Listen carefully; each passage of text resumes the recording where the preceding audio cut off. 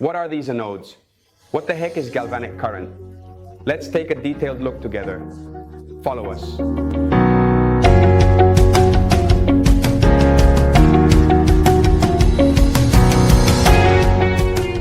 I'll start from the end. I'm looking down to pick them up. So anodes are metals, like this one. Okay, it is a metal that sacrifices itself.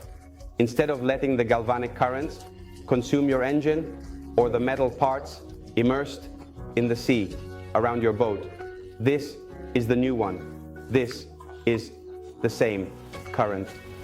Do you understand that what happened to this did not happen to the engine?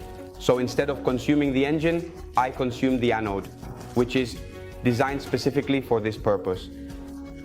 But let's take a closer look, even though I am neither a chemist nor a physicist. Galvanic corrosion is an electrolytic effect that occurs when two metals, even of different materials, are immersed in an electrolyte, water, especially if it is brackish water, salt water, hence seawater, which further increases the passage of the current. So when two metals are in a liquid, especially if it is salty, there will be a connection. This connection is called, which is not a real connection, but this exchange. This electrochemical exchange is called galvanic corrosion. This corrodes to save that chemically and correctly. The two metals, thus, let's assume the engine and the anode take on two different names. This is the anode, which is the same as the osoma. Now I'm going to get you an engine to avoid confusion. Anode and cathode. What's the difference? This one is made to be sacrificed.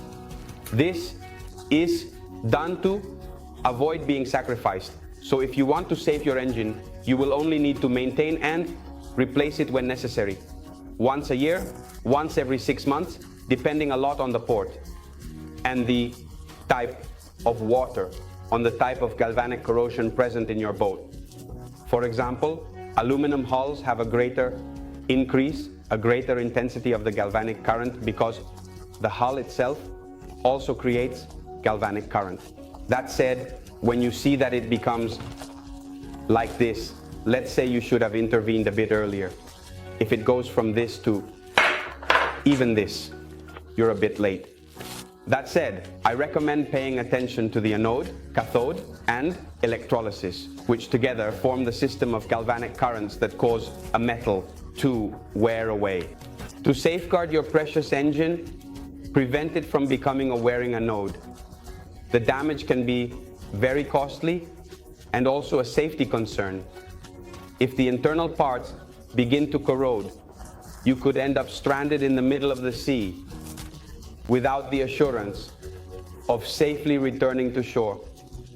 Please ensure proper maintenance and replacement of the anodes when necessary. One nice thing about anodes is that they visually indicate when they are worn out, so it is correct to replace them when you see they are starting to deteriorate.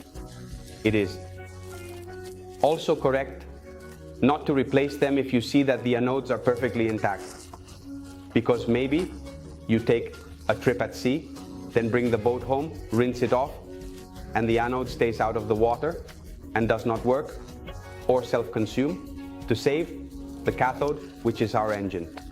This gives the advantage of not having to spend money unnecessarily, at least in this case.